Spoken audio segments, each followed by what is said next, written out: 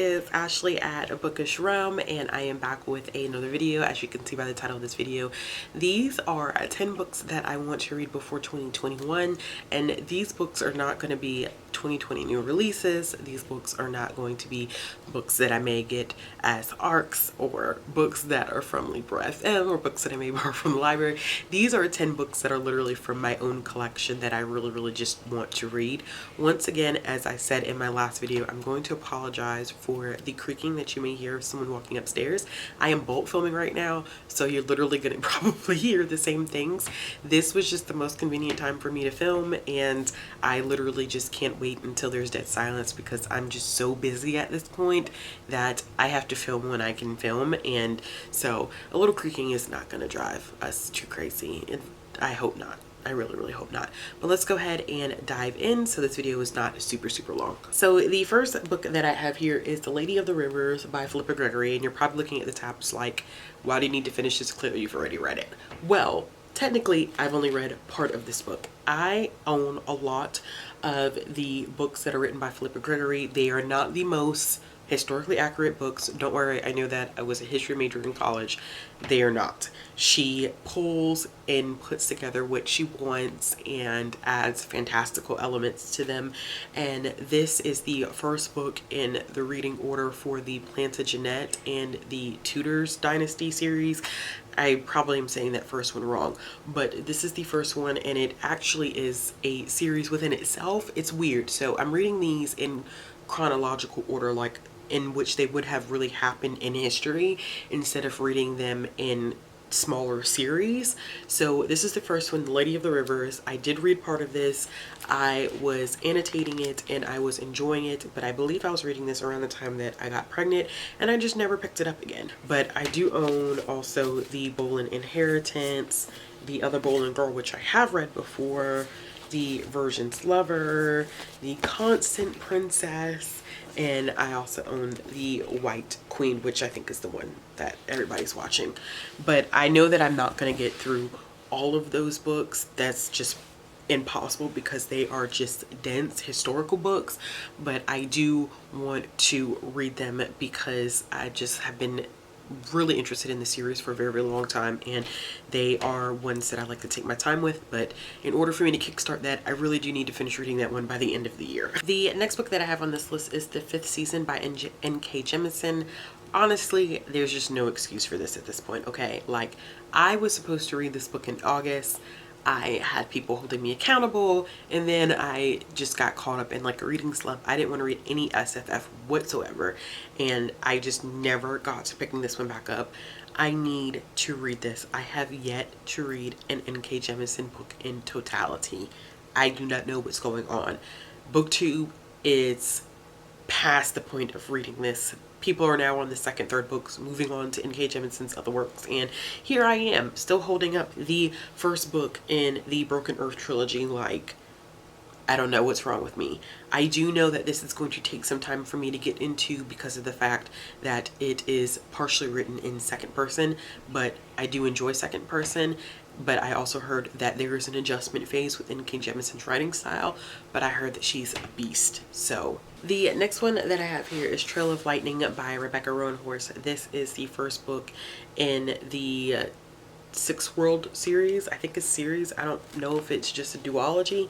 I know there's a second book out, but this is a post-apocalyptic book in which our main character is Maggie, and she's living in a world where it used to be the Navajo reservation, but now it's completely different, and there's gods and legends that walk the earth as well as monsters, and she uncovers something really weird about the monster, and she has to work with another individual that is a medicine man, and they have to travel the rest and uncover some different things. I've heard really good things about this. I'm excited to read this. I know that Rebecca Roanhorse's new book comes out this month, and oh gosh, I'm so excited to read that one because I heard that is a beast of a book. But I also want to read Trail of Lightning and just a lot of stuff that she has written because I've heard that she's just a phenomenal writer. So the next book that I want to get to, I'm late I'm late because everybody has read this book, and it is The City of Brass by S.A. Chakrabarti, and this is the first book in the Davabad trilogy. Please correct me if I'm saying that wrong. And this is about a main character by the name of Nari, who apparently is skilled at thieving from Ottoman nobles, and then they accidentally, I guess, summon a jinn, and then they get into some trouble and they have to end up leaving Cairo. And when they leave Cairo, they end up going to Davabad, which is known for its brass. I heard that this trilogy is epic. It's of epic proportions, and I mean, she's a thick one. I mean, this is a thick book. It's a floppy book, which I love, but this is a thick one. But I am excited to read this one because the third one did just come out, and so many people have raved about the series, and I just don't feel like I can go wrong reading this book. So I just need to get to it by the end of the year. That way I can push myself to read the trilogy and not wait until 10 years from now talking about, I still haven't read the last book of the trilogy. I just don't want to be in that scenario anymore, but I'm very much so looking forward to this one. The next one on this list is Battle of the Labyrinth by Rick Riordan. I know you're probably saying, well, Ashley, this was on your October TBR. Yes, it was on my October TBR. However, I'm adding it to this list because I want to hold myself accountable, okay? I really need to hold myself accountable because I need to finish the Percy Jackson and the Olympian series by the end of this freaking year. I have to, because I need to get to my reread of Heroes of Olympus so I can finally get to Child of Apollo, because the 5th book has come out and Uncle Rick was just talking about that's the last in the Percy Jackson world. 15 books, and it just broke my heart, and I'm like, oh my gosh, I can't believe this Percy Jackson world is ending. Like, how could he do this to my soul? And it just, I mean, like, I didn't grow up with the series, but I read the series at a very like lonely point in my life, and it just gave me comfort, and now I just cling to it a little bit. I cling to Percy, I cling to Annabeth, I cling to Nika, I just, the whole gang, all of them. So I need to make sure that I get to this book by the end of this year. I should not be entering 2021 talking about I still need to reread the Percy Jackson and the Olympian series ad decenata. So that's why this is on this list, and this is the 4th book in the series. The next one that I have here is Medical Apartheid. So I was supposed to read this book in like September, and it just didn't happen because this book is going to take me a while to read. I think that this one is going to be on my nonfiction November TBR because this is one that I've been meaning to get to, but this is also not an easy book, if that makes any sense. This is definitely about the relationship that the Black community has had with the medical field, and it hasn't been pretty. I literally got like 4 pages into this book, and I was like, oh my gosh, this is going to be so hard on me. It's going to be so hard on my soul.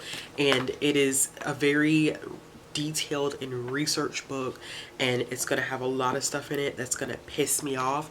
So I don't think I was in the mental space to really read this book, and I had a whole video concept plan for this, but when I sat down to read it, I was like, yeah, you're not in the right headspace for this right now, because I'd been reading so much nonfiction and so much just focused on the entire just capacity of the Black experience in America, and sometimes you can only take but so much of that stuff in before you're like, I just can't do this anymore, because it's like reliving trauma over and over and over again. So I have made the decision that I just am going to slowly make my way through this, probably in both November and December, because I don't see myself even finishing this in the month of November. The next one that I have on this list is Midnight Robber by Nalo Hopkinson. This is one that I actually have started, and this is one that I actually had started like, I mean, seriously annotating, because it was just so much stuff in this book, and I did end up getting like 30 pages into it. But this is about a young girl named Tantan who lives in this futuristic version of the Caribbean, but it's a Caribbean colonized planet. So maybe that's a better way to put it. It's a Caribbean colonized planet, but it does very much so, of course, has the feel of the Caribbean, and there are some really interesting elements mixed in. And the only thing that I've gotten out of it so far is like Tantan is really interested in dressing up as the Midnight Robber during Carnival. We learn a little bit about her background with her parents and the very icky relationship that she has with her parents, to be honest with you. But this one has a lot of trigger warnings. I haven't gotten to some of the more explicit parts of this book, but so far I really like it. I like Nala Hopkinson's writing style. I just did not dedicate the time that I needed to dedicate to finishing this book, so I definitely want to finish it before 2021, because Nala Hopkinson is like one of those authors where it's like, okay, like I just need to stop waiting, kind of like N.K. Jemisin, and halting my process in reading these books. So yes. The next one that I want to read is Labyrinth Lost by Zoraida Cordova. I am trying to read one of Zoraida Cordova's books this month in October, and I thought that I may want to start Labyrinth Lost. I just don't know if I'm gonna have the time to get to it, but I actually have a copy of Wayward Witch, which is the third book in the series, and this is about a young woman by the name of Alex who's a bruja, and she does not like the fact that she has magic, so she actually tries to cast, I think, a spell or something in which she gets rid of all her magic, but instead she gets rid of her family. She's left with a brujo and she doesn't know if she can trust him or not. I am super excited to pick this up. I've heard nothing but good things about this. I heard this has really good queer rep, and these covers are absolutely beautiful, and I'm just ready to kind of just dive into it. The next one that I have is Rage Dragons by Evan Winter. This is one that I got and I was supposed to be buddy reading. Never did buddy read this book. I think I got through the prologue of this book, and yes, I need to just go ahead and dive in. The second one to this one comes out in November, I believe. I think for the most part, a lot of people have enjoyed this book, although I have seen some very negative reviews of this book in terms of how it presents colonization. However, I want to read the book and kind of make my own judgment about where this book is going and what commentary Evan Winter is trying to make about colonization. So yes, this is one that I do plan on picking up before December. I don't think I'm going to get to the second book before the year's over with. I think that's a bit unrealistic for me to even attempt to do something like that, but this is definitely one that I do want to get to soon. And the last one on this list is Sal and Gabby Break the Universe by Carlos Hernandez. I was supposed to read this because I was doing the Rook Riordan Presents read along, and I completely failed at the start of this summer, where we were supposed to read all of the Rook Riordan books in preparation for some of the books that were coming out this fall and winter. And yeah, I did a horrible job at following along. I had read not one book, so I want to go back and start from the beginning and read in Sal and Gabby Break the Universe. I've talked about this quite a bit. This is about Sal and Gabby. They meet at school, and Sal and Gabby actually end up meeting in the principal's office because of the fact that they think that Sal has pulled a trick on Gabby's friend, and he claims he has nothing to do with it, but comes to find out that he has magical powers in which he's able to conjure and cast some things that are a little bit more intense than what he expects. I've heard great things about this one. I actually do have the sequel, which is Sal and Gabby Fix the Universe. So at least once I have this, I can just dive right in and read the second book. Alright y'all, so that's it. Let me know in the comments below, what are some books that you are hoping to read before 2021? Are you setting some realistic goals? Or are you just kind of like, I'm just going to go with the way that the wind takes me, which usually is my motto, but these definitely are some books that I just genuinely need to get to, like, really soon. So yes, let me know in the comments below. As always, if you like this video, give it a thumbs up. If you want to see more content from me, click the subscribe button. Always, the links to my social media and ways to support my channel will be down in the description box below. I hope you all have a wonderful day, night, morning, afternoon, wherever you may be. Bye y'all.